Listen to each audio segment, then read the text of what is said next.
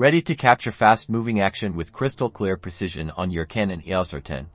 Today, we're diving into how to master Servo AF on your Canon EOS R10, a game-changer for capturing dynamic subjects. First things first, power on your Canon EOS R10. We need to navigate to the autofocus settings. Look for the red camera icon menu tab at the top of your screen. This is where your shooting settings reside.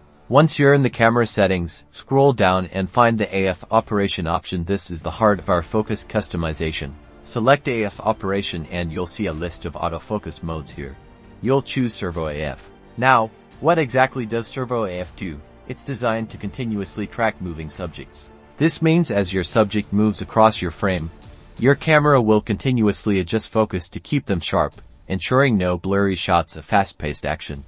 Servo AF is absolutely essential for sports photography, wildlife, or any unpredictable subjects where every millisecond counts. By setting your EOS R10 to Servo AF, you are empowering yourself to capture those fleeting, high-energy moments with incredible clarity.